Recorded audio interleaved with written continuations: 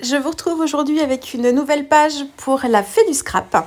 Alors là, je me suis inspirée du challenge que vous proposait Lydie la semaine dernière sur le groupe Facebook de la fée du scrap. Elle avait réalisé une page avec en fond des chevrons. Et du coup, je me suis inspirée de ce challenge pour faire la mienne. Alors Lydie, elle a créé un pochoir en format 30-30 avec justement cette forme de chevron qui lui a servi de gabarit en fait pour faire sa page. Bon, moi j'ai pas ce pochoir là, par contre je me suis créé mes chevrons, c'est ce que je suis en train de faire. Là je suis sur un papier aquarelle et je viens tracer mes repères pour pouvoir faire mes chevrons. Donc j'ai tracé une ligne verticale au centre de ma page. Et ensuite, j'ai regardé à peu près quel angle je voulais pour mes chevrons. Et je suis venue tracer mes repères comme ça pour que ce soit à peu près égal, tout ça. Donc voilà, donc je trace mes petits repères au crayon de bois. Et je vais venir tracer mes lignes. C'est vraiment tout bête hein, comme système.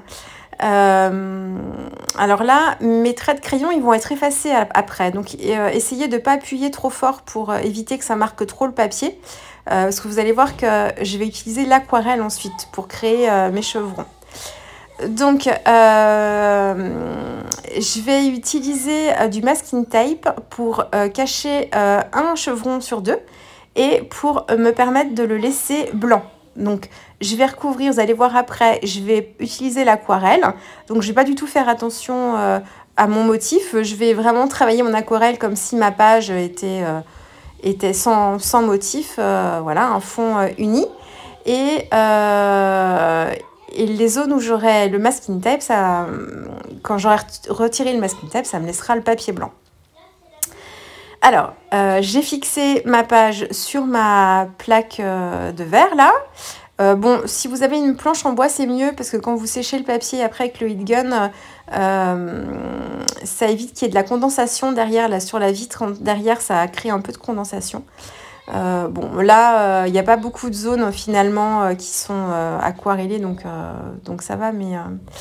Alors là, j'ai utilisé deux palettes de chez Prima. J'ai la palette terrain qui pour son godet de jaune et j'ai la palette Current qui a des teintes de bleu et de vert. Et donc, je travaille sur mon combo préféré de couleur, le vert. Donc, j'ai choisi plusieurs verts différents, des verts un peu jaunes, des verts un peu bleus. Et je suis venue travailler mon fond de page en humidifiant bien d'abord toute la surface de ma page et en apportant quelques petites touches de couleur avec mes pinceaux, enfin mon pinceau. Et là, je retire le masking tape. Donc, vous voyez, ça rend la page bien plus lumineuse qu'elle ne l'était au tout début. Hein. Avec les morceaux de masking tape, on ne se rend pas toujours compte de l'effet final. Alors maintenant, je vais m'occuper de mes embellissements. Donc là, j'ai tamponné un motif de tampon des ateliers de Karine, là, cette balançoire. Et en fait, le tamponnage sur mon papier aquarelle, qui a un petit peu de grain, et pas forcément bien net. Et moi, je voulais qu'il soit quand même relativement noir. Donc, je viens repasser avec un pinceau assez fin. Je prends, là c'est la palette Complexion qui a un godet noir et je viens repasser en fait sur les zones qui pour moi ne sont pas suffisamment noires. Hein. Donc bon, autant l'assise de la balançoire c'est pas très compliqué parce que le motif est assez simple. Par contre ça demande un petit peu plus de minutie sur la partie feuillage. Et pour les petites feuilles que je distingue vraiment mal, je mets du motif du tampon en fait devant mes yeux. Là vous le voyez pas mais je l'ai posé devant moi. Et ça me permet de vérifier de temps en temps la position des feuilles et d'ajuster un petit peu mon coup de pinceau. Donc voilà, c'est une petite technique que j'utilise souvent en aquarelle quand j'utilise mes tampons pour les motifs du tampon en fait qui sont pleins, enfin avec des zones assez importantes de noir, enfin quand je tamponne en noir forcément. Et je les intensifie avec mon pinceau et mon aquarelle noire pour que ça ressorte mieux et que la colorisation soit mieux finie. Là, je m'occupe du détourage. Donc au début, je ne savais pas trop comment j'allais l'utiliser, ce tamponnage. Donc j'ai juste détouré le contour. Voilà, il n'est pas trop compliqué parce que bon, il y a le long des cordes, le bas de la balançoire qui est assez simple. Après, il y a un peu de feuillage. Voilà, et là, je suis en train de regarder comment je vais le placer sur ma feuille. Et finalement, je décide de le détourer, enfin de l'évider. Donc, j'utilise mon cutter de précision pour la partie simple avec les lignes droites là. Et je prends ma paire de ciseaux pour ciseler un peu plus précisément les feuilles à l'intérieur. Et voilà, là, je complète ma mise en page. Donc, j'essaye de voir un peu. Là, à part le fond de page, j'avais pas d'idée non plus de ma page. Hein. C'est un peu comme souvent, ça, je vous le dis souvent, ça. Donc, je vais au fur et à mesure. J'avais pas beaucoup préparé d'embellissement non plus. Donc, et comme le fond est assez travaillé et assez coloré pour moi par rapport à mes habitudes, je vais pas forcément surcharger l'ensemble. Alors là, j'ai utilisé les nouvelles poudres à embosser qui s'appellent Lindy's, que vous trouvez à la Fée du Scrap. Et elles ont un côté, vous le verrez là quand je vais filmer à la fin la page de plus près. Ces poudres à embosser, elles sont un peu bicolores, elles sont pas totalement dorées, totalement cuivrées. Et elles ont un joli rendu. Donc j'avais fait des tests, moi j'en ai 2 versions. Et je vous mettrai les liens sur le blog hein, de celle-là que j'ai utilisée. Et franchement, ça change un petit peu, je trouve ça assez sympa. Là, je suis en train de faire des colorisations. Donc, j'ai utilisé une planche de tampon de la Fée du Scrap. Je crois qu'elle s'appelle Libellule, celle-ci. Alors, il me semble que Lydie disait qu'elle était en rupture, celle-ci. Alors, les conditions d'expédition en ce moment, de livraison, c'est un petit peu compliqué, comme vous le savez. Hein. Donc, bon, il y aura du réassort quand ce sera possible. Je sais pas quand du tout, mais c'est une planche de tampon qui sera suivie, donc vous la retrouverez, j'espère, très vite. Donc moi, j'ai utilisé le feuillage que je trouve super fin et délicat, là, avec la petite ribambelle de feuilles. Et puis, j'ai colorisé aussi quelques feuilles individuelles pour pouvoir agrémenter un peu ma composition.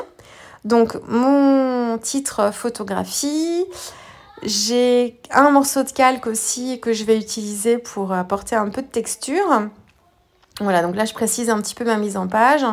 Je regarde où est-ce que je peux placer ces petites feuilles. Donc, bon, c'est pas la première fois que j'utilise ce tampon et je me rends compte que j'utilise toujours de la même façon, la balançoire. Je viens compléter les feuillages, en fait, avec des tampons détourés, des tamponnages détourés, colorisés et détourés. C'est voilà, ma façon de l'utiliser, celui-ci. Et là, je complète mon titre avec des bandes de texte de tampons aussi de la Fée du Scrap. Alors, je sais plus si celui-ci, ah bah si. Je vais faire un petit cadre noir tout autour. Donc, j'utilise un stylo feutre fin. Là, c'est la gamme Micron. Je sais pas quelle taille c'est. Une taille 3 peut-être quand même. Et voilà, je viens compléter mon titre comme ça. Donc, ça se précise un peu plus. Mais je trouvais que le calque sur le fond aquarellé... ça faisait brouillon en fait, ça me plaisait pas. Donc je suis venue rajouter une chute de papier aquarelle déchiré par-dessus.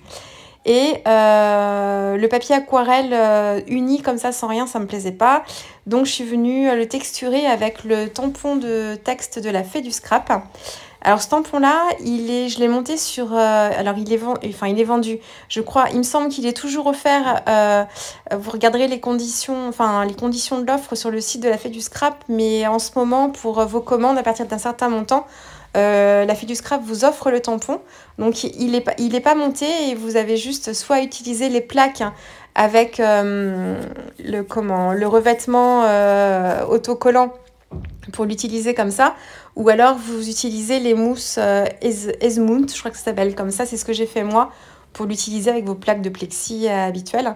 Donc j'ai utilisé ce tampon-là pour texturer mon papier aquarelle et donner un petit effet papier imprimé, mais vraiment tout doux. Et voilà, donc là je complète ma mise en page, on approche de la fin, je crois. Voilà, donc je mets un petit peu de mousse 3D sur les côtés parce que j'ai un peu d'épaisseur avec mes feuillages là, ce qui fait que ça rehausse un peu ma photo. Enfin, ça met ma photo un petit peu en 3D, donc je complète.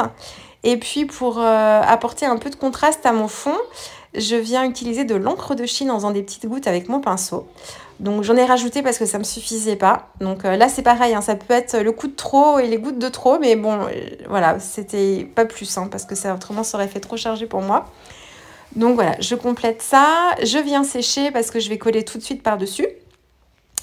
Et on approche de la fin. Je crois que je mets l'ensemble. Ah non, j'utilise pas de mousse 3D pour l'ensemble, pour une fois. Je fais pas, ça dépend, je fais pas toujours la même chose. Et puis là, je vais vous la montrer de plus près. Voilà, la page est terminée. Donc voilà, c'est assez sympa de relever comme ça des challenges parce que j'aurais pas eu l'idée forcément de réaliser un fond aussi graphique avec mes aquarelles. Donc voilà. Ça permet de sortir un peu de sa zone de confort, ce genre de challenge. Voilà, bah écoutez, j'espère que cette vidéo vous aura plu. Et puis bah, moi, je vous dis à très vite avec une prochaine vidéo. Allez, au revoir.